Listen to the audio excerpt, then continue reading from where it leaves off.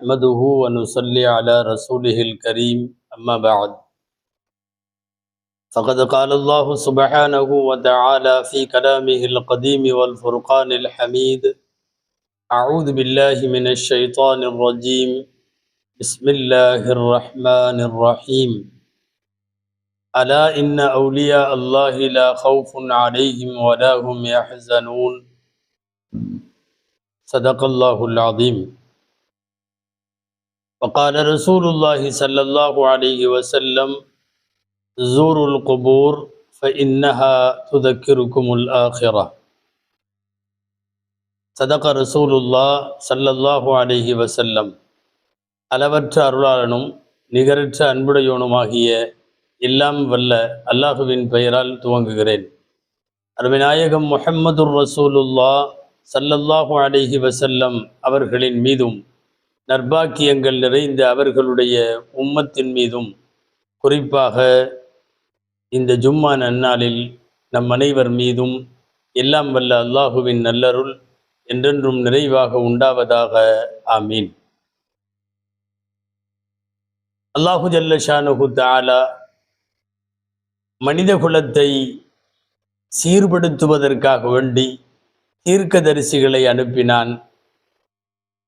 அந்த தீர்க்கதரிசிகளின் வழியை பின்பற்றி ஏராளமான இறைநேசர்கள் வந்தார்கள். உலகம் முழுக்க பல்வேறு நாடுகளிலும் இறைநேசர்கள் அடங்கியிருக்கிறார்கள், தீர்க்கதரிசிகள் அடங்கியிருக்கிறார்கள். இறைநேசர்களுடைய அடக்கத்தலத்திற்கு தர்கா என்று சொல்லப்படுகிறது. தர்கா என்கிற பாரசீக வார்த்தைக்கு குடியிருக்கும் இடம், உறைவிடம், தங்கி இருக்கிற இடம் என்றெல்லாம் அந்த இடத்திற்கு பொருள்படும், அந்த வார்த்தைக்கு பொருள்படும். உலகம் முழுக்க இப்படி அடக்கப்பட்டிருக்கக்கூடிய இறைநேசர்கள் ஏராளமான பேர். அந்த இறைநேசர்களினுடைய மன்னரைகளில் மரியாதை நிமித்தமாய் முஸ்லிம் சமுதாயம் அவர்களை சந்திப்பதும் சலாம் சொல்லுவதும் அவர்களின் நல்ல துஆவை பெற்றுக்கொள்ளுவதற்கும் ஆங்காங்கே செல்வதுண்டு. அந்த அடக்க ஸ்தலங்கள் அவர்களை வைத்து வருவோர்களை வைத்தும் மிகவும் பிரபலமாகி விடுகிறது. இந்த வரிசையில் இந்தியாவிலே எக்கச்சக்கமான தர்காக்கள் இருப்பது நமக்கு தெரியும். இந்த தர்காக்கள் பலவற்றில் மிக பெரிய பெரிய வரலாற்றில் தடம் பதித்த இறைநேசர்கள், ஆன்மீக செம்மல்கள் அடங்கி இருப்பதையும் நாம் கேள்விப்பட்டிருப்போம். இந்தியாவினுடைய அஜ்மீர் ஹாஜா முஹைனுத்தீன் சிஷ்தி கத்தஸல்லாஹு சிர்ரகுல் அசீஸ் தொடங்கி நாடு முழுக்க எக்கச்சக்கமான இறைநேசர்கள் அடங்கியிருக்கிறார்கள். அன்பானவர்களே, இஸ்லாம் பல்வேறு நாடுகளில் இறைநேசர்கள் மூலமாகவே பரவியது. அந்த அழைப்பு பணியை செய்வதற்காக வேண்டிய இறைநேசர்கள் அந்தந்த பகுதிகளுக்கு உலகம் முழுக்க சென்றார்கள். குறிப்பாக இந்தியாவில் சொல்ல போனால், இந்தியாவில் இஸ்லாம் வணிகர்களாலும் வலிமார்களாலும் பரவியது என்பது வரலாற்று ஆசிரியர்களின் தீர்க்கமான முடிவு. கடற்கரை வழியாக இந்திய பிராந்தியத்தில் வந்து தொழில் செய்ய வந்த வணிகர்கள், இஸ்லாமிய வணிகர்கள் மார்க்கத்தை எடுத்து சொன்னதன் மூலம் இந்த மார்க்கம் இங்கே அறியப்பட்டது.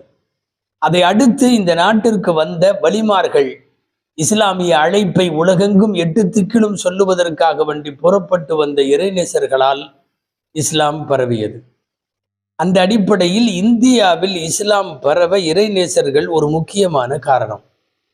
இந்தியா மட்டுமல்ல, உலகம் முழுக்கவும் அப்படித்தான். நமக்கெல்லாம் தெரியும், நபிகள் நாயகம் ஸல்லல்லாஹு அலைஹி வஸல்லம் அவர்களோடு கடைசி ஹஜ்ஜில் அவர்களோடு ஹஜ்ஜில் இருந்தவர்கள் சுமார் 1,00,000 சில்லறை பேர். 1,00,000 சொச்சம் பேரில் ஒரு 10,000 அல்லது 12,000 நபித்தோழர்களின் கபரு தான் மதீனாவிலே இருக்கிற பிரபலமான ஜன்னத்துல் பக்கி கபரிஸ்தானிலே அடக்கப்பட்டிருக்கிறது. சுமார் 90,000 பேர் எங்கு போனார்கள் என்றால் அவர்கள் மதீனாவிலே அடங்கவில்லை. பெருமானார் ஸல்லல்லாஹு அலைஹி வஸல்லத்தினுடைய வஃபாத்திற்கு பின்னால் உலகம் முழுக்க இஸ்லாத்தை எடுத்து சொல்வதற்காக வேண்டி கிளம்பி போன 90,000 பேர் போன இடங்களில் ஆங்காங்கே வாழ்ந்து அந்த மக்களில் ஒருவராக மரணித்து அவர்கள் வாழ்ந்த அந்த பூமியிலேயே அடக்கப்பட்டிருக்கிறார்கள். அந்த வரிசையில் தான் சஹாபாக்கள் உலகமெல்லாம் அடக்கப்பட்டிருக்கிறார்கள். சஹாபாக்களில் சுமார் 80,000 90,000 பேர். பொதுவாக இதே போன்ற இறைநேசர்களை ஜியாரத்து செய்வதை முஸ்லிம் உம்மா தன்னுடைய தார்மீக கடமையாகவும் தனக்கான பெரும் பாக்கியமாகவும் கருதுகிறது. உயிரோடு இருப்பவர்களை சந்திப்பதைப் போலவே இவ்வாறு வஃபாத்தாகி அங்கங்கே அடங்கி இருக்கிற எந்த விதமான அரபமும் அடையாளமும் இல்லாமல் இருக்கிற கபறுகளிலும் இருக்கிறார்கள். கட்டப்பட்டு மக்களால் மிகவும் சிரத்தையோடு பராமரிக்கப்படுகிற மன்னரைகளுக்கும் அதிலும் அடங்கி இருக்கிறார்கள். இந்த இடங்களுக்கு தர்காக்கள் என்று பெயர். தர்காக்கள் குறித்த மீளாய்வு, தர்காக்கள் குறித்த மார்க்க ரீதியான சர்ச்சை, அங்கு நடைபெறுகிற சுன்னத்தான செயல்பாடுகள், அங்கு அதே சமயம் நடைபெறுகிற கசப்பான விஷயங்கள், இவைகளுக்குள்ளெல்லாம் இப்போது நாம் போகவில்லை. பொதுவாக நாம் இந்த நேரத்தில் தமிழக சூழலில் தர்காவை வைத்து அரசியல் செய்யப்படுகிற ஒரு சூழலில் நாம் தர்காக்களை குறித்து, ஏன் கபர் ஜியாரத்தை குறித்து ஒரு தெளிவான பார்வையும், அதை ஒட்டி தமிழகத்தில் சமீப நாட்களாக இந்த வாரம் முழுக்க நடைபெற்று கொண்டிருக்கிற தர்காவை வைத்தான அரசியலை குறித்தும் இந்த ஜும்மாவிலே நாம் சிந்திக்க வேண்டும். அன்பானவர்களே, கபர் ஜியாரத் என்கிற மன்னரையில் உள்ளவர்களை சென்று சந்தித்து சலாம் கூறி அவர்களுக்கு துவா செய்தல், இது சுன்னத்தாகும். மார்க்க அறிஞர்களிடம் ஜியாரத்துல் குபூர் சுன்னத்தும் முஅக்கதா, சக்தி வாய்ந்த சுன்னத்து என்று, உறுதி வாய்ந்த சுன்னத்து என்று நம்பப்படுகிறது.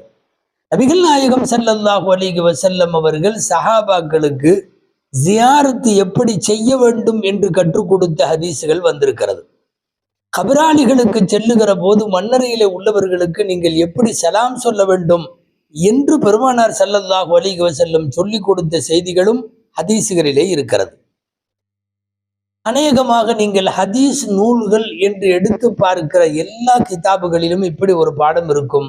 பாபு ஜியாரத்துல் குபூர், கபறுகளை ஜியாரத்து செய்வதை பற்றிய பாடம். நபிகள் நாயகம் ஸல்லல்லாஹு அலைஹி வஸல்லம் தங்கள் வாழ்க்கையின் பல்வேறு கட்டங்களில் ஜியாரத்து செய்த பல்வேறு தொகுப்புகளின் முடிவு என்ன தெரியுமா? மிக அதிகமாக ஜன்னத்துல் பக்கி என்கிற மதீனாவின் கபிரிஸ்தானில் பெருமானார் ஸல்லல்லாஹு அலைஹி வஸல்லம் ஜியாரத்து செய்துள்ளார்கள். உஹது போரிலே கொல்லப்பட்ட 70 சஹாபாக்கள் அடங்கி இருக்கிற ஷுஹதாய உஹது என்று சொல்லக்கூடிய உஹது போரினுடைய ஷஹீதுகள், அந்த கபிரிஸ்தானுக்கு பெருமானார் ஸல்லல்லாஹு அலைஹி வஸல்லம் அடிக்கடி சென்றிருக்கிறார்கள், துஆ செய்திருக்கிறார்கள், ஜனாசா தொழுதிருக்கிறார்கள், ஜியாரத்து செய்திருக்கிறார்கள் என்று பதிவு இருக்கிறது. பெருமானார் ஸல்லல்லாஹு அலைஹி வஸல்லம் அல்லாஹ்விடம் அனுமதி பெற்று அன்னலார் தங்களுடைய தாயார் ஆமினா அம்மாவினுடைய கபிரிஸ்தானுக்கு ஜியாரத்து செய்து சென்றதும், அப்போது அந்த கபருக்கு இடையிலே அவர்களால் அடக்க முடியாமல் தாய்ப்பாசத்தில் ஆர்ப்பரித்து வந்த அந்த அழுகையை அடக்க முடியாமல் அவர்கள் தேம்பி தேம்பி அழுததும், அவ்வாறு ரசூலுல்லாஹ் அழுத காரணத்தால் சுற்றியுள்ள உள்ளவர்களெல்லாம் தேம்பி அழுததும், இவைகளெல்லாம் சஹீஹான ஹதீஸுகளில் நிரூபணமான செய்திகளாகும். பெருமானார் ஸல்லல்லாஹு அலைஹி வஸல்லம் ஜியாரத்து செய்தார்கள், செய்வது எப்படி என்று கற்றும் கொடுத்தார்கள். கரஜமின்தாரிஹி லைலன் ஃபி அவாகிரி ஹயாத்தி ஹதீஸில் வருகிறது, தங்களுடைய வாழ்க்கையின் கடைசி நாட்களில் நபிகள் ஸல்லல்லாஹு அலைஹி வஸல்லம் ஒரு இரவு நேரத்தில் எழுந்தார்கள். அது பல பேருடைய கருத்துப்படி ஷாபானுடைய 15வது இரவு என்கிற போது அது இந்த வாரம் பேசுவதற்கான பொருத்தமும் அங்கே இருக்கிறது. அன்பானவர்களே, இரவு நேரத்தில் வெளியேறினார்கள். ஹத்தா அத்தல் மக்பரத அல் பகிய வதஆ லஹும் வரஃபஅ யதைஹி, ஜன்னத்துல் பகி கபிரிஸ்தானுக்கு வருகிறார்கள், அவர்களுக்கு சலாம் சொல்லுகிறார்கள், துஆ செய்கிறார்கள், பிறகு கையேந்தி துஆ செய்தார்கள். ஃபலம்மா ரஅத் ஆயிஷத்து ذلك وسالت, இதை பார்த்து ஆயிஷா ரலியல்லாஹு தஆலா அன்ஹா அவர்கள் இரவு நேரத்தில் இங்கே வந்தது குறித்தும், அவர்கள் இவ்வாறு துஆ செய்து கைகளை உயர்த்தி துஆ செய்வது குறித்தும் பெருமானார் ஸல்லல்லாஹு அலைஹி வஸல்லம் இடத்தில் கேட்டபோது நாயகம் ஸல்லல்லாஹு அலைஹி வஸல்லம் சொன்னார்கள், இன்ன ஜிப்ரீல் அதானி வகால் இன்னல்லாஹ யஅமுருக அன் தஅதி அஹ்லல் பகீஇ ஃபதுஸல்லிம அலைஹிம். ஆயிஷா, ஜிப்ரீல் அலைஹிஸ்ஸலாம் என்னிடத்தில் வந்தார்கள், வந்து சொன்னார்கள், அல்லாஹ் உங்களை ஜன்னத்துல் பகீ கபிரிஸ்தானுக்கு வருமாறு அல்லாஹ் உத்தரவிடுகிறான், அங்கே வந்து அவர்களுக்கு சலாம் கூறி துஆ செய்யுங்கள் என்று ஜிப்ரீல் அலைஹிஸ்ஸலாம் உத்தரவிட்டதற்கு பின்னால் பெருமானார் ஸல்லல்லாஹு அலைஹி வஸல்லம் அங்கே வந்து செய்தார்கள். பொதுவாக இது போன்ற மன்னரை ஜியாரத், சில பேர் நினைக்கிறார்கள் இது அங்கே அடங்கி இருப்பவர்களை கடவுளாக்குகிற முயற்சி, அல்லது அங்கே அடங்கி இருப்பவர்களை கொச்சையாக சமாதி வழிபாடு என்றெல்லாம் மிகவும் கீழ்த்தரமான கண்டனத்திற்குரிய தடித்த வார்த்தை பிரயோகத்தை பயன்படுத்துகிறார்கள். இது தவறு. கபரு ஜியாரத் என்பது அங்கே இருப்பவர்களை கடவுளாக்குகிற முயற்சி என்பதை எல்லாம் விட, அதுவெல்லாம் அல்லாமல் நமக்கு மறுமையை நினைவூட்டுவது ஜியாரத். இது ரசூலுல்லாஹ்வுடைய வார்த்தை. நமக்கு மௌத்தை நினைவுபடுத்துவது கபரு ஜியாரத். நாளை இந்த இடத்திற்கு நாமும் வர வேண்டும், நாமும் இப்படி படுத்திருக்க வேண்டும் என்கிற சிந்தனையை கொண்டு வருவதற்குத்தான் ஜியாரத். ஹதீஸில் 2 விதமா வார்த்தை வருகிறது. ஜூருல் குபூர், நீங்கள் கபறுகளை ஜியாரத்து செய்யுங்கள். ஃபைன்னஹா துதக்கிருக்குமுல் ஆஹிரா, இது உங்களுக்கு மறுமையை நினைவூட்டும். இன்னொரு அறிவிப்பில் ஃபைன்னஹா துதக்கிருக்குமுல் மௌத், உங்களுக்கு மௌத்தை நினைவூட்டும் என்று பெருமானார் ஸல்லல்லாஹு அலைஹி வஸல்லம் சொல்லி தந்த செய்திகள் எல்லாம் பிரபலமான ஹதீஸ் ஆகும். மட்டுமல்ல, அவ்வாறு தீர்க்கதரிசிகள் இறைநேசர்களை எல்லாம் விட்டு விடுவோம். பொதுவாக முஸ்லிம் சமுதாயம் ஒரு கபிரிஸ்தானை கடக்கிற போது சலாம் சொல்ல வேண்டும் என்பது நபிகள் ஸல்லல்லாஹு அலைஹி வஸல்லம் சொல்லி தந்தது. போய் சலாம் அலைக்கும்னு நாம சொல்லி அவர்கள் நம் காதுக்கு விழாவிட்டாலும் அவர்கள் பதில் சொன்னால் அதுதான் ஜியாரத், அவ்வளவுதான். ஜியாரத் என்பதற்கு அர்த்தம் தவறாக புரிந்து கொள்ளப்பட்டு அது ஷிர்க் என்ற வார்த்தைகள் எல்லாம் கொண்டெல்லாம் விமர்சிக்கப்படுவது துரதிர்ஷ்டம். மிகப்பெரிய மார்க்க அறிஞர் அல்லாமா இப்னுல் கய்யிம் ரஹிமஹுல்லாஹ் அவர்களுடைய உலக புகழ் பெற்று அவர்களுடைய நூல் ஒன்று ரூஹ் என்றதற்கு பெயர், கிதாப் ரூஹ். அந்த ரூஹ் நூலிலே இப்னுல் கய்யிம் ரஹ்மத்துல்லாஹி அலைஹி எழுதுகிறார்கள், என்ன, நபிகள் நாயகம் ஸல்லல்லாஹு அலைஹி வஸல்லம் அவர்கள் வழியாக பல்வேறு ஹதீஸ்களை ஆய்வு செய்து சொல்லுகிறார்கள், கபரிலே இருக்கிற மையத் வெளியில இருப்பவர்கள் துஆ செய்வதை கபரிலே விரும்புகிறது, மையத்து விரும்புகிறது. இதல் மையத்தை யஷ்உரு பி அஹ்வாலி துன்யா வ மன் யுகாத்திபுஹும், உலகத்திலே நடைபெறும் நிகழ்வுகளும் தன்னிடத்திலே யார் வந்து இப்போது பேசுகிறார்கள், சலாம் சொல்லுகிறார்கள் என்கிற விவரமெல்லாம் மையத்துக்கு தெரியும் என்பதை பல்வேறு ஆதாரபூர்வமாக பதிவு செய்கிறார்கள் அல்லாமா இப்னுல் கய்யிம் ரஹிமஹுல்லாஹ். புகாரி, முஸ்லிம், திருமதி, அபூ தாவூத், இப்னு மாஜா, நஸை உள்ளிட்ட எல்லா நூல்களிலும் பதிவாக இருக்கிற ஒரு ஹதீஸ் என்ன தெரியுமா? நபிகள் நாயகம் ஸல்லல்லாஹு அலைஹி வஸல்லம் பத்ரிலே ஷஹீதான அவர்களுடைய கபரிலும் பத்ரிலே கொல்லப்பட்ட காஃபிர்கள் அடக்கப்பட்டதற்கு பின்னால் அவர்களுடைய மண்ணறையிலே நின்று பேசினார்கள். மட்டுமல்ல, உமர் ரலியல்லாஹு அன்ஹு போன்றவர்கள் இறந்து போனவர்களோடு பேசுகிறீர்களே என்று கேட்கிற அந்த தொனியை புரிந்து கொண்டு அவர்கள் நன்றாய் கேட்பார்கள் என்று நபிகள் ஸல்லல்லாஹு அலைஹி வஸல்லம் சொன்னதும் இந்த ஹதீசுகளிலே பதிவாக இருக்கிறது. இஸ்லாமிய பார்வையில் கபர்கள் என்பது ஜியாரத்தின் வழியாக அது கண்ணியப்படுத்தப்படும், வணங்கப்படாது. வணக்கம்னு நாமளும் ஏத்துக்கல. நன்றாக சுன்னத்து வல் ஜமாத்தை சார்ந்தவர்களும் புரிந்து கொள்ள வேண்டும், கபரிலே சஜிதா செய்ய அனுமதி இல்லை. அது என்ன காரியங்களை நாம் சொன்னாலும் சஜிதா செய்வது முழுதாக தவிர்க்கப்பட வேண்டிய, மிக கடுமையாக தடை செய்யப்பட வேண்டிய ஒரு விஷயம். கபர் கண்ணியப்படுத்தப்பட வேண்டிய இடம், அது வணங்கப்பட வேண்டிய இடம் அல்ல. சின்ன தொந்தரவு கூட கபராளிகளுக்கு வரக்கூடாது, அது கண்ணியப்படுத்தப்பட வேண்டும். பெருமானார் ஸல்லல்லாஹு அலைஹி வஸல்லம் பார்த்து கொண்டிருக்கிற போது முஸ்லிம்களில் ஒருவர் கபிரிஸ்தானுக்கு வருகிறார். இங்கே நடக்கிறார், காலிலே செருப்பு அணிந்திருக்கிறார், செருப்பு போட்டுக்கொண்டே அவர் கபரை மிதிக்கிறார். நபிகள் ஸல்லல்லாஹு அலைஹி வஸல்லம் பார்த்து விட்டார்கள். அடக்கஸ்தலத்தின் மீது, அதாவது நல்லா புரிஞ்சுக்கணும், ஒரு 6 அடிக்கு கீழே குழிக்குள்ளதான் ஜனாசா இருக்குது. மேலே உள்ள மண்ணை மிதிப்பதில் ஆளையெல்லாம் மிதிக்கல. ஆனால் அந்த மண்ணை செருப்பு காலோடு மிதிப்பதை பார்த்து விட்டு நபி ஸல்லல்லாஹு அலைஹி வஸல்லம் சொன்னார்கள், அல்கின அலைக ஃபஇன்னக கத் அதைதஹும். எப்பா, செருப்பை கழட்டி விடு, நீ அங்கே இருப்பவர்களுக்கு தொந்தரவு கொடுக்கிறாய்.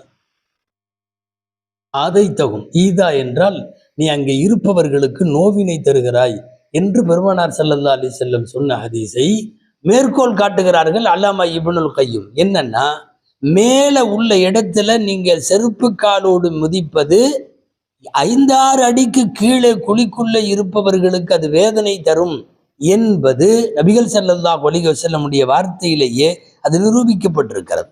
அந்த அடிப்படையில் தான் மன்னரை வாசிகளை சந்திப்பதும் சலாம் சொல்லுவதும் துவா செய்வதும் என்று ஒரு ஷரியத்தில் அனுமதிக்கப்பட்ட காரியத்தை உலகமெல்லாம் செய்கிறார்கள்.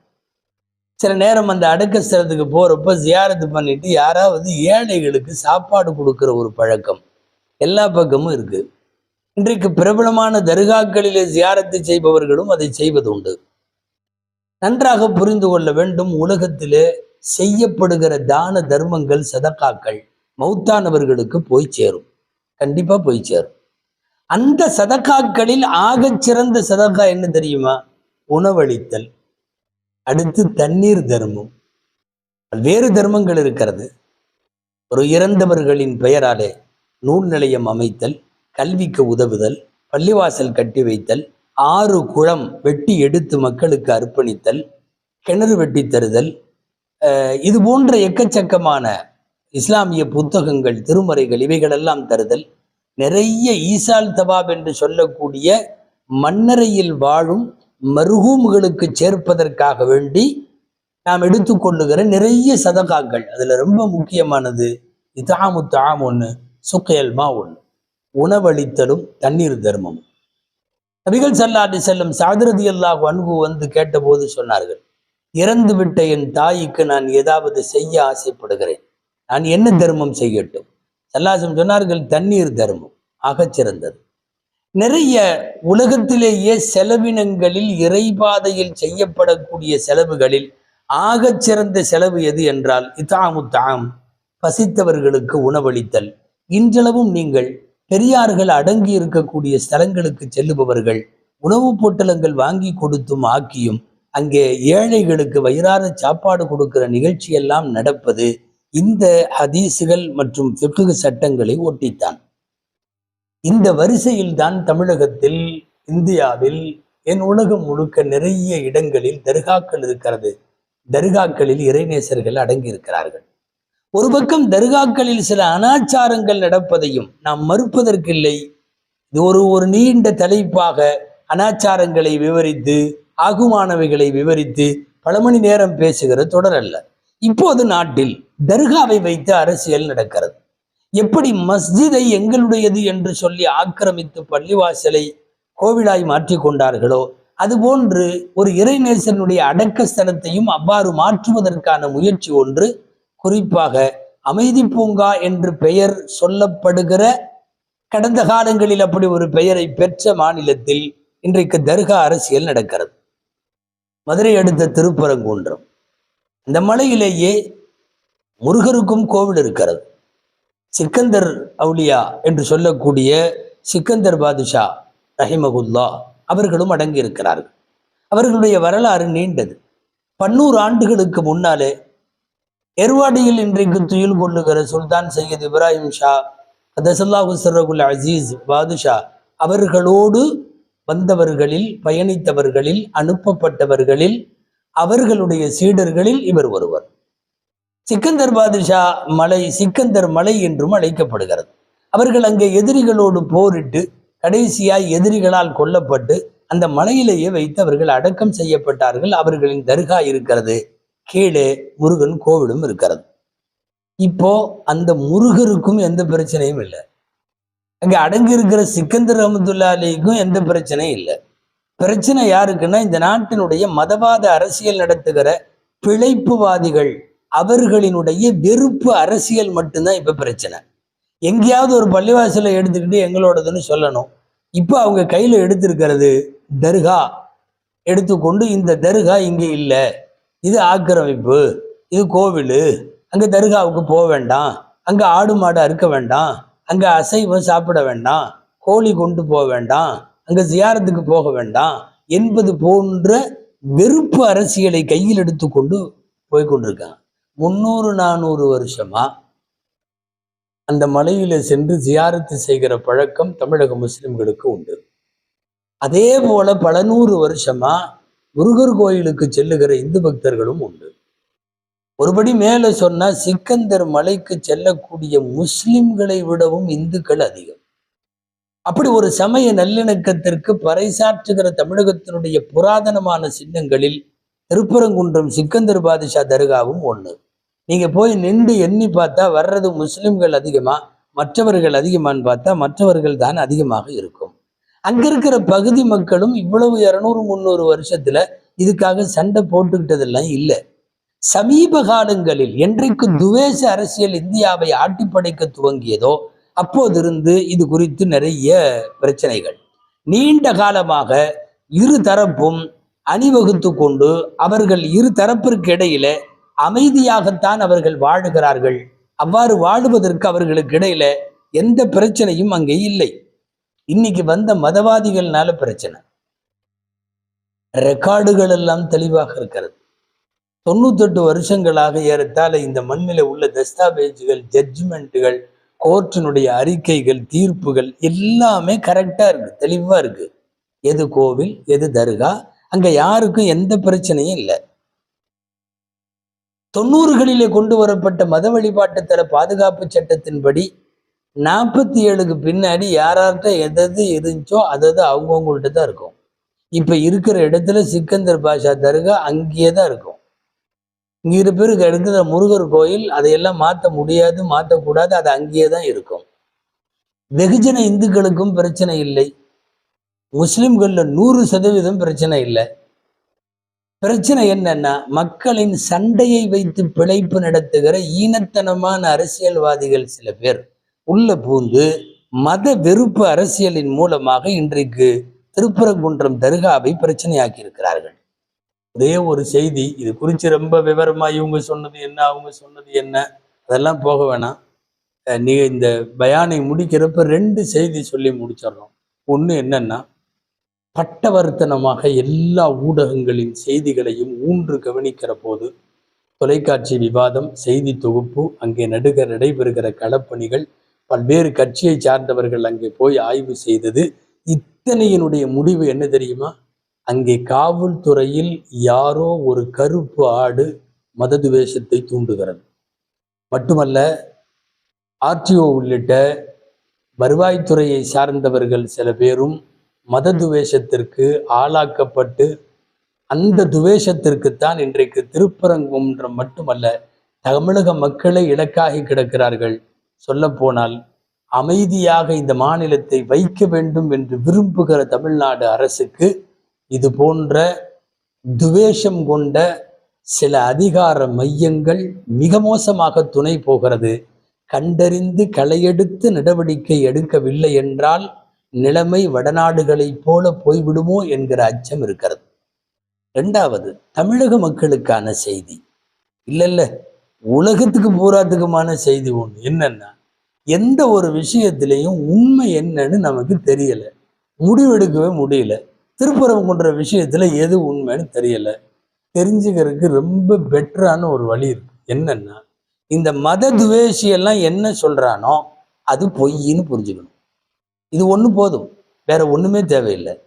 ஏன்னா இவர்கள் எதை ஆதரிக்கிறார்களோ அது கண்டிப்பாக மனித குலத்திற்கு விரோதமானது. இது ஒரு கான்செப்ட். இங்கு மட்டுமல்ல, ஏதாவது ஒரு நாட்டினுடைய அதிபர் அந்த அதிபரை இந்த மத துவேஷியெல்லாம் தூக்கி பிடிக்கிறான்னு வைங்களேன், நீங்க அவரை பார்க்கவே வேணாம், அவர் நல்ல ஆள் இல்லைன்னு நீங்க சொல்லிருங்க. இவர்கள் நல்லவர்கள் என்று கொண்டாடுகிற அத்தனை பேருமே மனித குல விரோதிகள். இவர்கள் எந்த கான்செப்டை கையில எடுக்கிறாங்களோ நிச்சயமாக அது தவறானது என்கிற முடிவுக்கு சாதாரணமாகவே வெகுஜன மக்கள் வந்துவிட முடியும். தர்காக்களின் உள்ளீடுகள் பற்றியும் நடைபெறுகிற செயல்பாடுகளை பற்றிய மீளாய்வுகள் குறித்தும் நாம் இப்போது பேசவில்லை. தர்காக்கள் என்பது இஸ்லாமியர்களின் புனித சின்னங்கள். தயவு செய்து அந்த சின்னங்களை அவரவர் வழியில், அவரவர் விருப்பத்தில், அவரவர் மார்க்க நெறி பிரகாரம் நடைபெற அங்கே சில பிரார்த்தனைகளுக்கும் ஜியாரத்துகளுக்கும் சந்திப்புகளுக்கும் தோதுவாக ஏற்பாடுகளை மாத்திரம்தான் அரசு பாதுகாப்போடு செய்து தர வேண்டும். எல்லாம் வல்ல அல்லாஹு ஜல்ல ஷானுஹு தஆலா உலகம் முழுக்க இருக்கிற மஸ்ஜிதுகள், மதரசாக்கள், ஹாங்காக்கள், தர்காக்கள் போன்ற இஸ்லாத்தின் அத்தனை புராதன சின்னங்களையும் எல்லாம் வல்ல அல்லாஹ் பாதுகாத்து அருள்வானாக. ஆமீன். وآخر دعوانا أن الحمد لله رب العالمين. السلام عليكم ورحمة الله وبركاته.